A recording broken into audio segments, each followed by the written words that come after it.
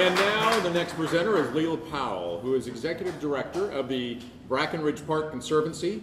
Prior work experience, by the way, includes Government Relations Manager, Bexar County, Neighborhood Development Manager and Assistant to the Mayor, City of San Antonio, Affordable Housing Lending, Community Development Finance in nonprofit and for-profit settings, and consulting for nonprofit and government clients.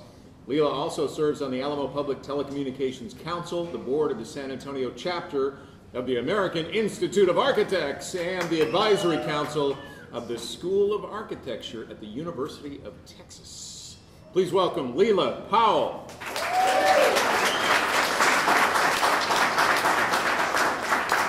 So I'm going to take advantage of this loophole too and introduce myself a little different way than what you just heard. I know I sound really boring, don't I, after those first two speakers? You're thinking, well, now would be a good time to go get a beer. I'm not going to miss anything. So I'm not an artist, and I'm not going to be talking about artwork in one sense. But what I am going to be talking about really encapsulates the experience you've just had. I'm going to be talking about a place that reflects what's important and what's beautiful about our community. The same way the artwork we saw reflects back what's important and beautiful about each of us. And I'm going to be talking about a place that has evolved over thousands of years and over hundreds of years of our history here in San Antonio. And so in some ways, it is a snapshot, it's a picture over time. And the footprint that's there is something we can learn from. So although I'm not talking specifically about artwork, I'm totally technologically illiterate, so I'm going to press a button here and see what happens. What button am I supposed to, the space bar? Hey! And we've started. So I'm with the Brackenridge Park Conservancy, and there are a lot of folks in this room who helped us get going, and I want to shout out to the San Antonio Conservation Society for the role that they played. Why do we need a conservancy? We've got a Parks Department. We've got the Parks Foundation. We need a conservancy because Brackenridge Park is a special place. And our mission with Brackenridge Park is to be a steward of and an advocate for the park, all the park's resources, natural, cultural, educational, historic, and recreational. It's not just a place to barbecue and play softball. It's a place that is essential to San Antonio's growth and San Antonio's notion of what we are as a community. It's a place that needs additional resources. So our job is to protect. You can't protect unless you know what you have. And we don't know what we have in Brackenridge Park. We are starting a number of studies, an environmental study, an economic study. We really don't understand in this community the resources that are present in that park. So one of the things that's important is for us to advocate and promote for what's there, for the cultural resources, for Miraflores, which a lot of people think is a cemetery, for the Sunken Garden Theater, for the amazing work of Dionisio Rodriguez that people come from all over the world to see, for the Japanese, now Chinese, and then someone said, why don't we just call it the Asian tea garden, for the natural resources in the park, which have been overlooked. The park has never been treated as what it is, which is the closest public land to the headwaters of the San Antonio River. And the reason that we're here as a community is that river and those headwaters. And so protecting that natural environment goes back to why we're here as a community. I think the educational resources are pretty obvious to most people. More than 1.7 million visits a year. The missions get 1.4. Brackenridge Park gets 1.7.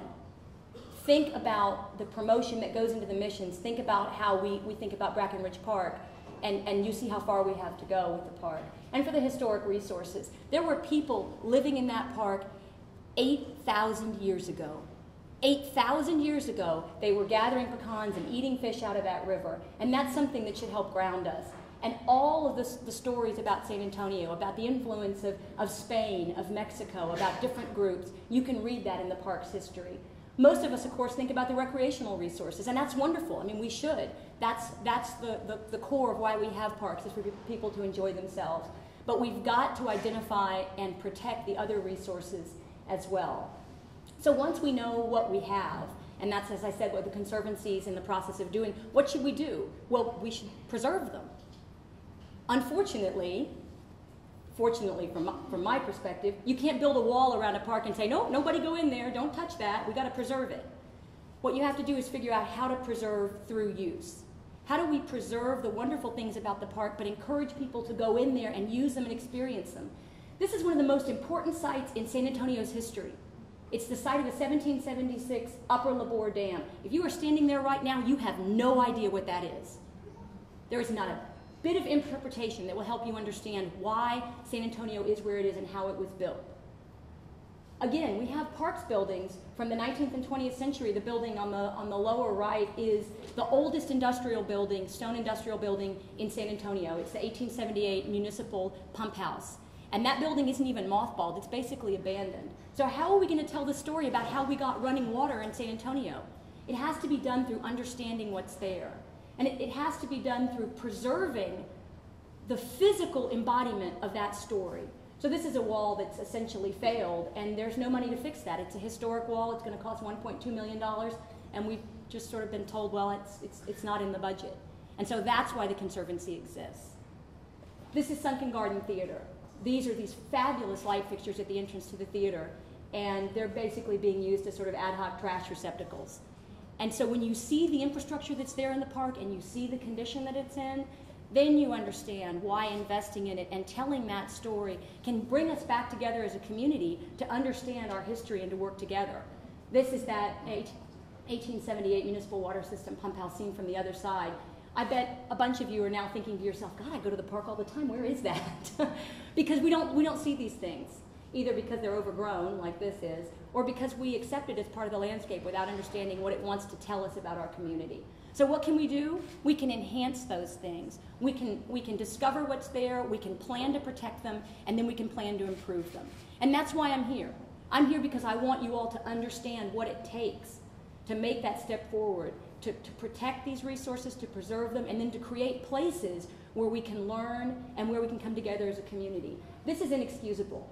We shouldn't have chain link fence in our park. We shouldn't have 5 different types of railings, some of them coming apart. We shouldn't have a physical infrastructure that says we don't care about this place, because we ought to care about this place, and we do care about it. We just don't think about it. We shouldn't be paving over trees. These trees are incredibly important to us. They're important to our environment. They're important to creating places that we enjoy being. Nobody can park in that space. There are 3 trees in the middle of it.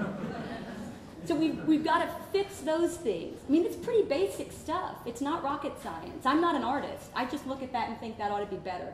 This is ugly. This is ugly stuff. This is not something that draws you in and says important things happened here and here's a place you can relax.